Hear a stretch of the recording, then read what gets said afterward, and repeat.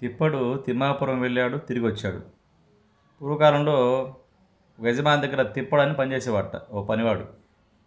సరే రాత్రి పడుకున్న తర్వాత ఆ ఇంటి యజమాని భార్య ఇద్దరు కూడా మాట్లాడుతున్నారట.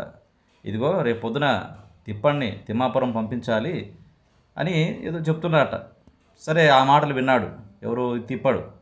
పొద్దున్నే ఆ యజమాని కంటే ముందే తెల్లవారుజామున లేచి పరిగెత్తుకుంటూ తిమ్మాపురం వెళ్ళి తిరిగి వచ్చాట. వచ్చిన తర్వాత యజమాని అడిగాడు, అదేంట్రా తిప్ప, పొద్దున్నుంచి నీకోసం చూస్తున్నా, ఎక్కడికి వెళ్ళావు నువ్వు అన్నట్ట. అయ్యగారండి, ప్రతిసారి నన్ను మరి ఏ పని సరిగ్గా చేయవని తిడుతూ ఉంటారు కదా, ఈసారి ఓ పని మీరు చెప్పకముందు చేశానండి అన్నట్ట.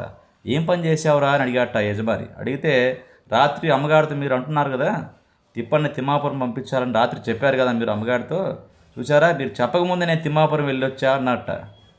ఎందుకు వెళ్ళావురా అన్నట్ట. మీరు చెప్పారు కదండి వెళ్ళరమ్మని, అందుకే వెళ్ళొచ్చా అన్నట్ట. అలా ఉంటాయి కొంతమంది చేసే పనులు.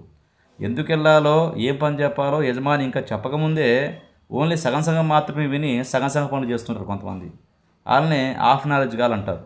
అంటే హాఫ్ నాలెడ్జే ఉంటుంది, పూర్తిగా ఉండదు వాళ్ళకు. కాబట్టి సగం సగం పనులు చేసేవాళ్ళు సగం సగంగా మిగిలిపోతారు, కానీ పరిపూర్ణ పురుషులు కాలేరు వాళ్ళు ఆ తిప్పల్లాగా. కాబట్టి పరిపూర్ణంగా ఆలోచించి చేసినప్పుడే ఆ పని అది ఫలితాన్ని ఇస్తుంది. కానీ సగం వినేసి చేసేస్తే అది కూడా సగంలాగే మిగిలిపోద్ది. Half knowledge is dangerous. Hari Om.